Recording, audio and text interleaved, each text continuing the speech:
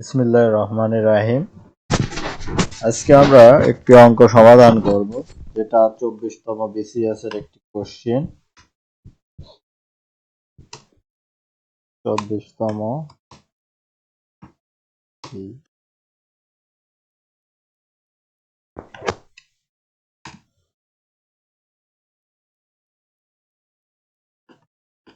তো 24তম বিসিএস এর একটি কোশ্চেন। তো আমাদের যে অঙ্কটা দেওয়া আছে সেটি হলো, এক ব্যক্তি তার সম্পত্তির 3/7 অংশ ব্যয় করার পরে অবশিষ্টের 5/12 অংশ ব্যয় করে দেখলেন তার নিকট 1000 টাকা রয়েছে। তার মোট সম্পত্তির মূল্য কত? তো আমরা সমাধানে চলে যাই। প্রথমে আমরা যে কাজটি করব, আমরা ধরে নেব মোট সম্পত্তির পরিমাণ হচ্ছে 1 অংশ। ধরার পরে তারপরে এখানে বলতেছে 3/7 অংশ ব্যয় করার পর, তাহলে সে 3/7 অংশ ব্যয় করে দিয়েছে 1 অংশের মধ্য থেকে। তার মানে আমরা 1 অংশ থেকে যদি বিয়োগ করি 3/7 কে, তাহলে অবশিষ্ট সম্পত্তি আমরা পাবো 4/7 অংশ। এটা হবে আমাদের অবশিষ্ট সম্পদ।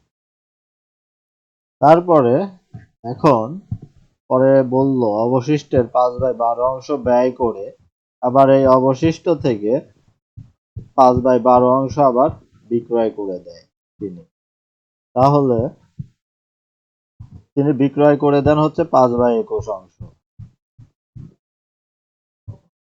আর পুনরায় যদি বাকি থাকে, তাহলে পুনরায় বাকি থাকে তার, এখন আমরা এই 4/7 থেকে 5/21 যদি বিয়োগ করে দেই, তাহলে পাবো 1/3 অংশ।